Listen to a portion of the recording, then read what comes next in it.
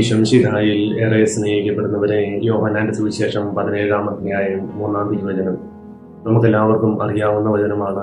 ഏക സത്യദൈവമായ അവിടുത്തെയും അങ്ങയച്ച യേശുക്രിസ്തുവിനെയും അറിയുക എന്നതാണ് നിത്യജീവൻ. പ്രിയപ്പെട്ടവരെ, ഈ കഴിഞ്ഞ ദിവസം ഞാനൊരു ദേവാലയത്തിൽ കുർബാനയിൽ പങ്കെടുക്കുവാൻ വേണ്ടി പോയി.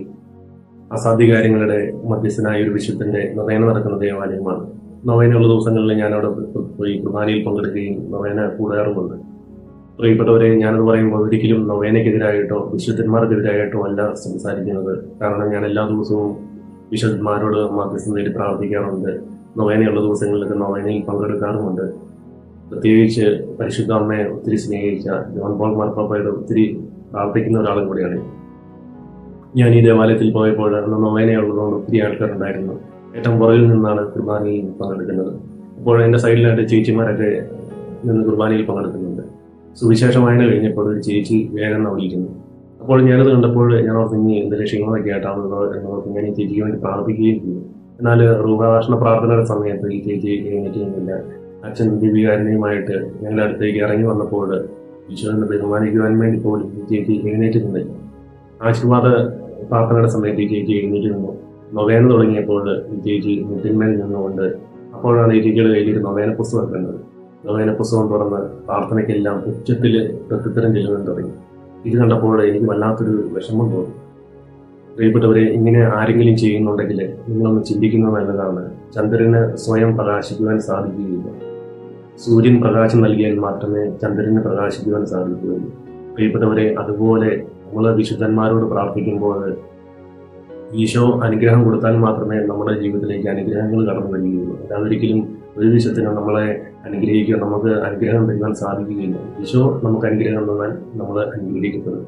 പ്രിയപ്പെട്ടവരെ, പരിശുദ്ധ കുർബാനയിലൂടെ നമ്മുടെ ഉള്ളിലേക്ക് കടന്നു വരുന്ന ഈശോയെ സ്വീകരിക്കാതെ ഇങ്ങനെ നൊവേനയ്ക്ക് ഒന്നാം സ്ഥാനം കൊടുത്ത് പ്രാർത്ഥിക്കുമ്പോൾ ഈശോയ്ക്ക് വേദനയുണ്ട്. അതിലുപരി വിശുദ്ധന്മാർക്ക് വേദനയുണ്ട്. കാരണം വിശുദ്ധന്മാരും ഈശോയെ നോക്കിക്കൊണ്ടാണ് നിൽക്കുന്നത്. അപ്പോൾ നമ്മൾ വിശുദ്ധന്മാരെ നോക്കുമ്പോൾ ആ വിശുദ്ധന്മാർക്ക് എത്രമാത്രം വേദന ഉണ്ടാകും എന്ന് ചിന്തിക്കുന്നത് നല്ലതാണ്. ഞാൻ അറിയുന്ന ഒരു അച്ഛനോട് എപ്പോഴും ഇങ്ങനെ ഈശോ സംസാരിക്കുന്ന ഒരു അച്ഛനാണ്. അച്ഛൻ ബലിയർപ്പിച്ച് വികാരണ സ്വീകരണ സമയത്ത് ഈശോയെ കൊടുക്കുവാൻ വേണ്ടി ജനങ്ങളുടെ അടുക്കിലേക്ക് ഇറങ്ങി വരുമ്പോൾ ഓരോരുത്തരുടെയും നാവിലേക്ക് വികാരണം വെച്ചു കൊടുക്കുമ്പോൾ ഈശോ അച്ഛനോട് പറയും എന്നിങ്ങനെ പറഞ്ഞു, ഈ വ്യക്തി ഇന്ന രോഗാവസ്ഥയിലൂടെയാണ് കടന്നു പോകുന്നത്, എന്നാൽ എനിക്ക് ഈ വ്യക്തിയെ അനുഗ്രഹിക്കുവാൻ സാധിക്കുന്നില്ല. കാരണം ഈ വികാരണം ഇവരുടെ നാവിലേക്ക് വെച്ചു കൊടുക്കുമ്പോൾ പോലും ഇത് ഈശോയുടെ ശരീരമാണ് എന്ന് വിശ്വസിക്കാതെയാണ് ഇവര് ഇത് വികാരണം സ്വീകരിക്കുന്നത്. പ്രിയപ്പെട്ടവരെ, പരിശുദ്ധ കുർബാനയിലൂടെ നമ്മുടെ ഉള്ളിലേക്ക് കടന്നു വരുന്ന ഈശോയെ നമ്മൾ അത്രമാത്രം പ്രാധാന്യം കൊടുക്കുകയും പരിശുദ്ധ കുർബാനയ്ക്ക് അത്രമാത്രം ഒന്നാം സ്ഥാനം കൊടുക്കുകയും ചെയ്യുമ്പോഴാണ് നമ്മുടെ ജീവിതത്തിലേക്ക് അനുഗ്രഹം കടന്നു വരുന്നത്.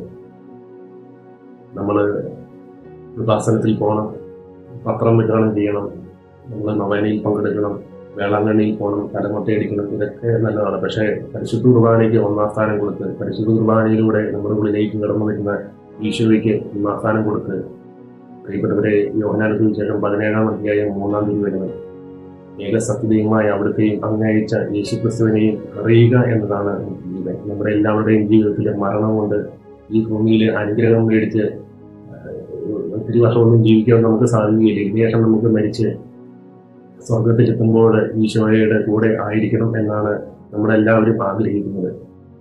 നമ്മുടെ എല്ലാവരുടെയും ലക്ഷ്യം നിത്യജീവനാണ്. അപ്പോൾ നിത്യജീവൻ ലക്ഷ്യം വെച്ച് നമ്മൾ മുൻപോട്ട് പോകണമെങ്കിൽ പരിശുദ്ധ കുർബാനയിലൂടെ നമ്മുടെ ഉള്ളിലേക്ക് കടന്നു വരുന്ന ഈശോയെ സ്വീകരിക്കണം.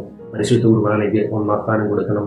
നൊവേനയിൽ നമ്മൾ പങ്കെടുക്കണം. വിശുദ്ധന്മാരോട് മാധ്യസ്ഥം തേടി പ്രാർത്ഥിക്കണം. എന്നാൽ ഒന്നാം സ്ഥാനം പരിശുദ്ധ കുർബാനയ്ക്കും പരിശുദ്ധ കുർബാനയിലൂടെ നമ്മുടെ ഉള്ളിലേക്ക് കടന്നു വരുന്ന ദിവ്യകാരുണ്യ ഈശോയ്ക്കും ആണ് നമ്മൾ ഒന്നാം സ്ഥാനം കൊടുക്കേണ്ടത്.